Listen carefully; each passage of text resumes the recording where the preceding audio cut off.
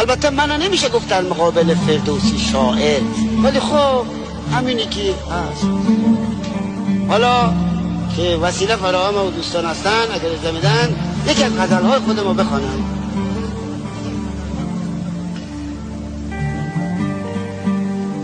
میخوام یعنی آتش و افکار شاعر رو بگم که او به چیزی اعتنا نداره.